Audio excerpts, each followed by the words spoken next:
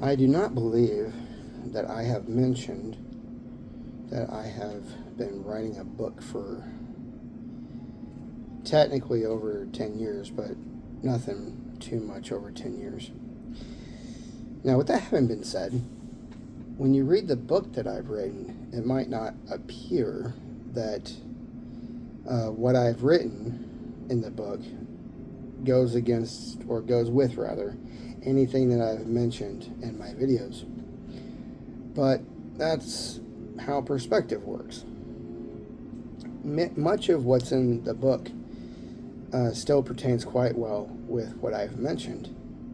However, the lack of knowledge and understanding and the self-control of which would come with that's wisdom. Sorry, something appears right there. It's probably going to distract you.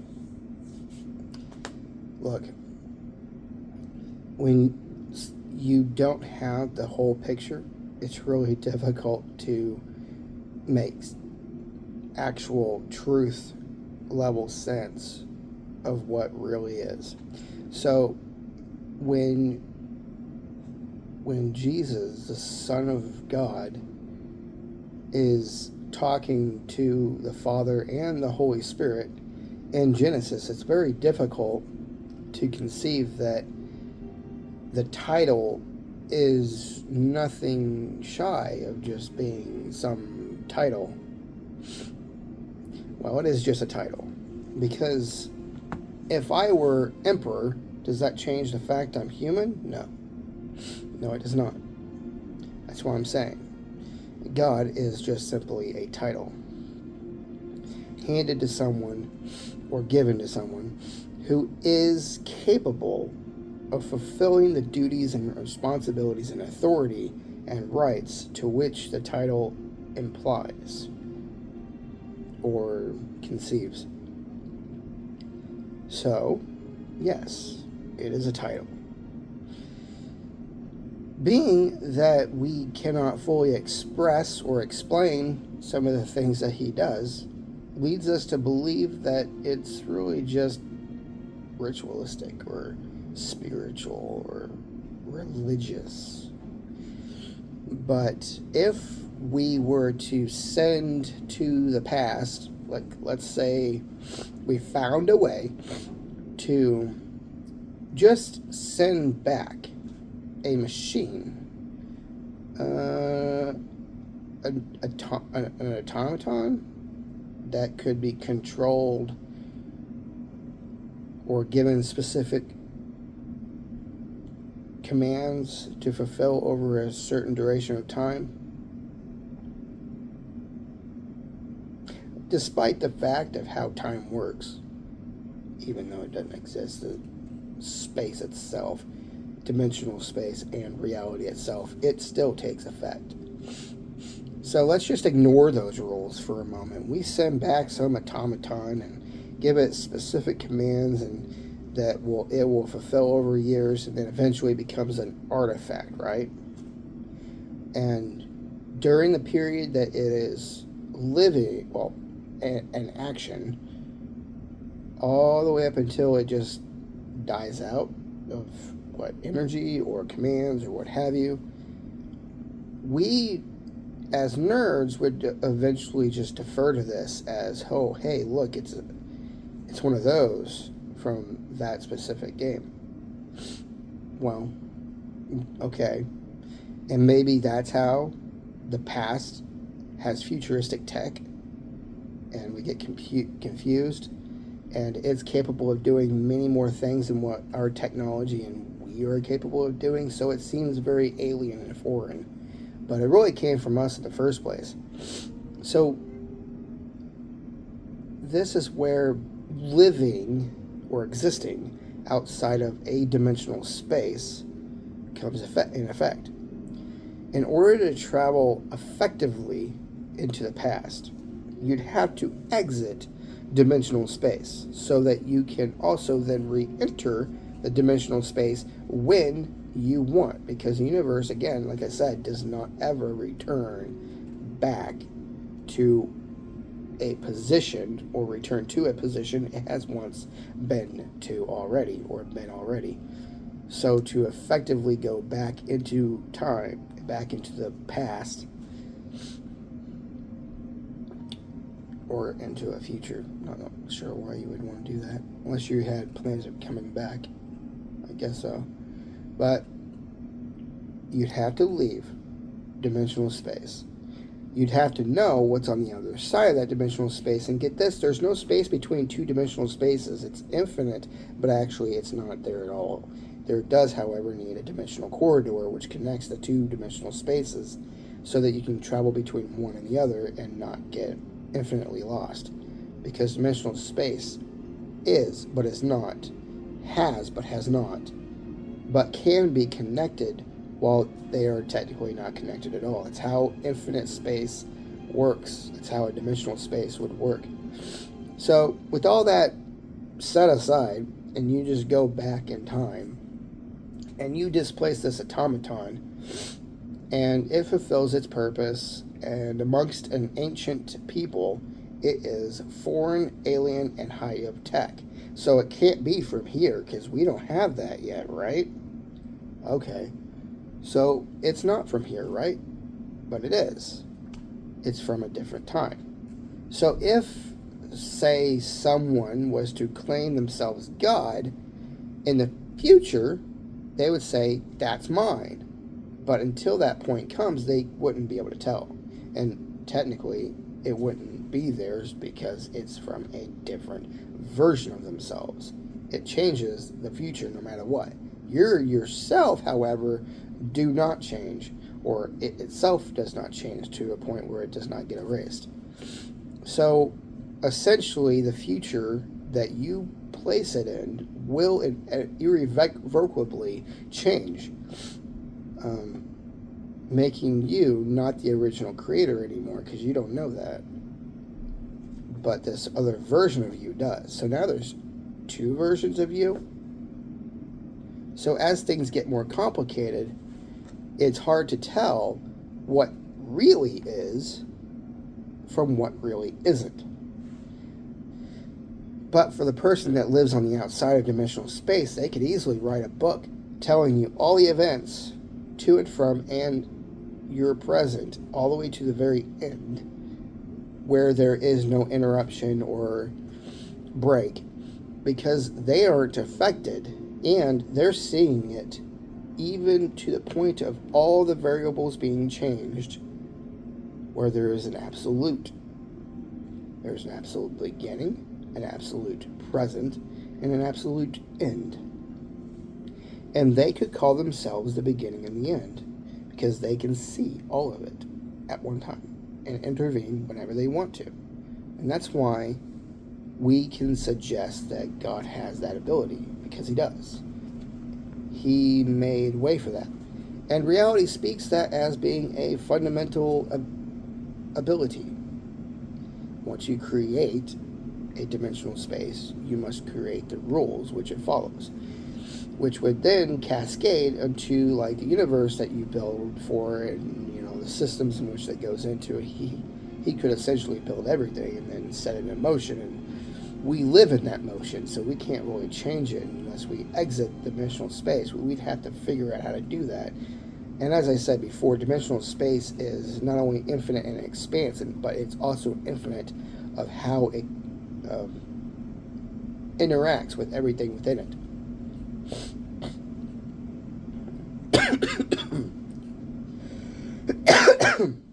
So when you read my book, which is, it reads like a fantasy.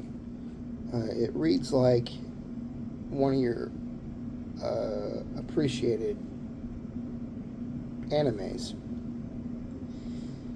or definitely not like a cartoon. I know that that's pretty much the same, but animes have a very different wealth of understanding of how things flow, so that's why I chose.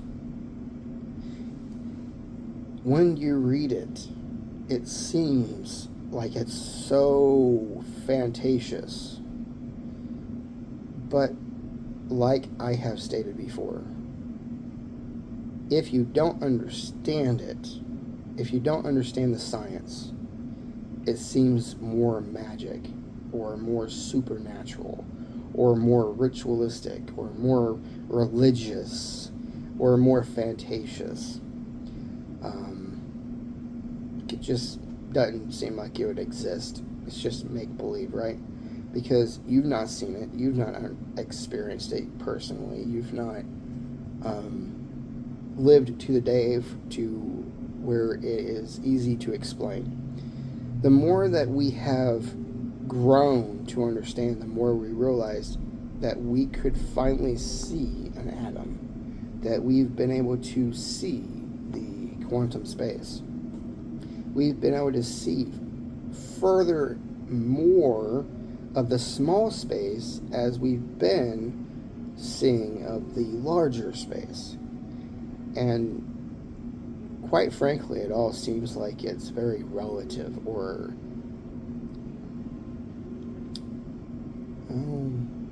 comparable, I think. So hopefully one of these days you'll be able to read my book and you'll recognize that maybe my videos and my book don't necessarily speak differently. They take it from different angles. I will give you that. But they don't speak it differently. They just simply have different angles. Because here, I don't have to speak fantasticiously to express. While as the book, it is geared towards speaking fantasticiously so that you get more of the experience of the perspective than just a hearing of the perspective, whereas that's what these videos are, a hearing of the perspective. I am limited, but also only limited to my drive to figure things out.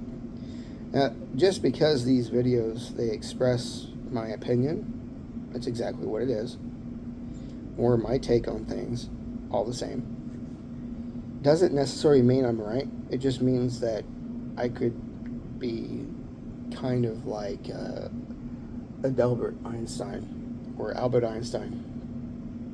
We figure things out, we discover things as we grow older, right? And though we may, in the time that we discover them, we're right, but in the future, we become made wrong because we have discovered greater, or we have discovered more, which then kind of sets aside or refines what we have discovered and kind of makes us an antique in a sense. Whereas our IQ, we might see that our IQ is 200 being super genius, but 30 years from now, we have an IQ of 500. Does that really even matter anymore at that point? No. It just means that we are now capable of absorbing more knowledge because we have more knowledge to grasp over our years. Rather, here, we feel like we should distribute the knowledge upon payment. The difference between God's kingdom and this kingdom, or this world rather, is this world relies on a marketplace, so that marketplace limits you to how much you can learn based on your currency. So if you can't pay for it, you can't earn it. I mean, you can't learn it. So, but in God's kingdom, it's more like if you have a drive to learn it, I will give it to you to learn. So there's a way larger difference in the two kingdoms or two worlds. So in the Bible, it clarifies that in heaven, there is nothing that will rust or, grow old or die.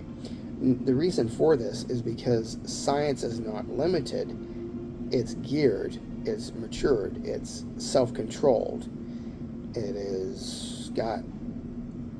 It's limited on morality, but not on potential.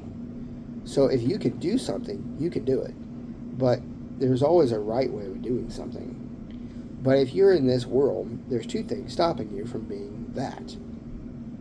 The government, which is flawed humanity, and you get the marketplace, which is a restraint on currency. You got two things holding you back from being fully stretching out your potential and reaching your the greatest potential that you have. So you can't actually share with the rest of the world because you're being held back, either by the marketplace or the government. Now, it's not to say that the marketplace is bad or the government is bad. It's just both of them provide limitations that at times makes it seem very rebellious against potential. So the thing is, though, the government has to be non-biased because it wants to hold back the evil, right? A good government wants to hold back the evil. Yeah, government mostly, it just wants to have power and maintain power. I mean, technically, it kind of has to maintain a degree of power over the people in order to fulfill its purpose. But corruption, I get it. Power definitely does corrupt. But if in the hands of the correct people, power can maintain and govern properly. So if you wanted to stretch out infinitely, but you do it morally and upstandingly, there shouldn't be a limitation given by the government or marketplace. If you strip marketplace out of the equation altogether, there's still a government that is upstanding and upright. Well, that's exactly what heaven would be. As long as you do things morally and upstandingly, there shouldn't be a limitation, so that you can reach your full potential and deliver to people living with or amongst you all that you have to offer. So if you have a great idea, you shouldn't be limited to just simply writing about it so that somebody else who has the power can do it, or the money can do it, or the less limitations, so forth. That's why heaven, or Jesus and Jesus in general, or the trilogy, the Trinity, they seem supernatural. They seem like they have divinity. Well, yes, it could easily seem that way. I mean, why would you worship somebody who you can fully explain and you can make them bleed, right? But if they're beyond you in both aspects of understanding harm or finding deficiencies or errors, why would you want to worship somebody that you can exploit? I mean, you might as well call yourself the God at that point. But that's self-expressing, I guess. Well, anyway, as we have grown in this world, we have limited ourselves time and time again. And while we've had the power to do so over so many other people, emperorships, pharaohs, sultans, such, we have forced or tried to, kings as well, and we have forced ourselves to have people worship us. But we are still human. We've just simply had power. So whoever did not worship us, we just kill them, right? Or put them to slavery, one of the two. And as we're conquering new lands, that's exactly what we would do. We would force the people we conquer as slaves to build our kingdom, and we'd force our nation people to worship. So slavery while worship. And that's where the whole, these are my people and these are the Gentiles. That's kind of how that would work. But in God's kingdom, there's no differentiation, particularly when it comes to being a part of the kingdom. There are Gentiles and then there are chosen people. So there's that. God's kingdom, way simpler to live in. And in this world, we're just too limited to reach the potential that heaven has achieved. But being that it's also outside of our dimensional space, we wouldn't be able to understand how long it's taken them to reach said technological age, I'll just assume this, because technology doesn't necessarily have a limit.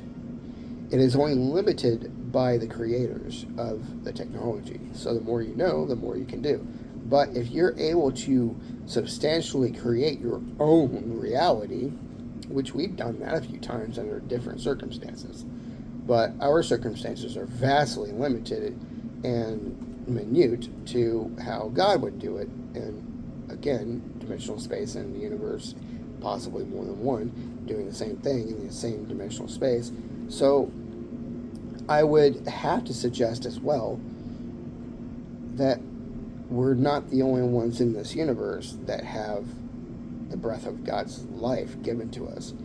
But the Bible does state that we are chosen people because we are made in His image. That doesn't mean that a bird was made in His image. Thus, life throughout the entire universe could be there, but not directly made in His image. It's still there. It's still precious, but it's not made in His image. So, or their image, rather. So what separates us truly from God? Because we were equal, not equal to Him, but we were not separated until the fall, right? Because we disobeyed. So what's the scientific explanation for the curse and its connection to the simple one-time disobedience, which led down a road quite chaotically? Well, again, we as a people do not have all the knowledge of the universe. So we are incapable of explaining and understanding everything. Thus, we are also incapable of having the wisdom and self-control because we don't have it yet. We've not achieved the knowledge of that, any of it. We haven't even scraped the surface of the knowledge that we could have once we have seen the full expansion of what's out there. We assume more of what's out there and what's here, past, present, and future, than I believe there really is.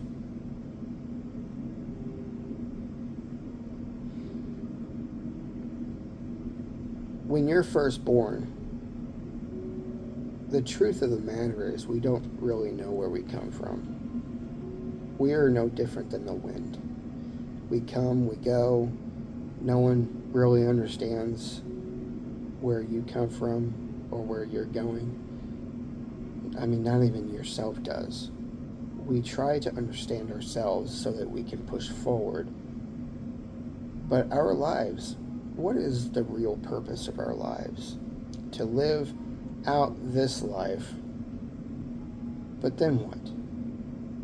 Just go somewhere else somehow out of our control because somebody says this and that about us and this is why and thus this is where you're going, which makes us slaves in a sort, maybe servants. I mean, we're not paid by God to raise or take care of the planet that we're on, let alone if we stretch our hands and out to outer space and go somewhere else and expand across the universe as far as we can before it goes and inevitably returns to its point A position. So what is the real purpose of life? God's amusement? I don't think so. If I were to lay out an idea, it's just a thought, because it originates really from us. I mean, we're made in God's image, okay? Their image. There's three of them, right? And no matter what, we could presume that all three of them are male. They are capable. But why would you want to spread a reproduction in this dimensional space if you could just simply recreate or create a dimensional space and then create a universe inside that dimensional space and wait until everything is perfect. No matter how many times the universe has to go through its life cycles so that your perfect desire and design can be fulfilled. And then you make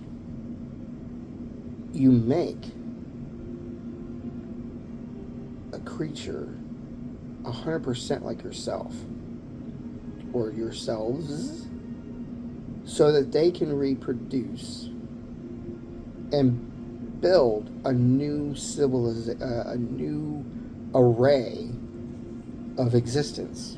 You take, once they've lived in your creation happily, hopefully, and they die, you can bring them back and say, welcome to my kingdom, your original home. I built this for you so that you guys can live in peace from here on. Now, here's the thing. We presume, because there is no deterioration, no rust, no nothing like that, no death, that it's spiritual, it's supernatural, it's religious or ritualistic, but it's a technological age that has provided that degree of reality or ongoing reality. But something drove them to extinction, so there's only 3 there, and now they're bringing their existence or their race back from the brink of extinction by providing the peak of technology that they have to do so. So they're using their technology to create or recreate themselves, essentially, of all these dead people, possibly. So they're the original 3 of their existence and their peoples, and we're just going through. It's just a thought. It's just a thought. Like we are original to ourselves, but they're creating body. Like he even states that he will create a new home for us. That he will have a new home for us to come to.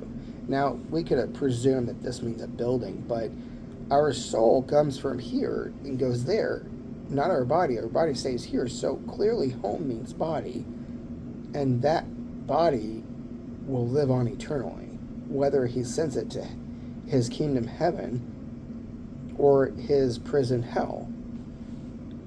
Whereas, again, outside of our dimensional space, Lucifer is able to go in and out of this dimensional space when and wherever he wants. He's already done so. So all your temptations is history to him. He's been through all of this already. So he lives in hell for now, but like in Job, he can freely go to heaven. So he can go in and out of his prison, go in and out of the courts of God, and do whatever he wants. But then eventually, in our dimensional space, there's a point in time when God will put him in the lake of fire, and it's permanent, along with all of his angels and all those that have defied Jesus and rejected Jesus. So apparently, God blends his dimensional space with ours and builds a new earth, which I guess doesn't need the sun or any of the other planets. I don't know. But when you read the dimensions, it kind of really doesn't seem like our Earth would be able to support the new dimensions of his chosen people's city. Yeah, I mean, maybe. I just don't know if it would. So, no matter how you look at the Bible, it expresses there is a straightforward description and perspective, but we may not always have the correct perspective to perceive the truth being spoken because we haven't reached a point where we would have the knowledge to understand. with that being said, I know this is a short video, but I hope it is still informative. I love you, and God bless every one of you, and I hope you all have a good week.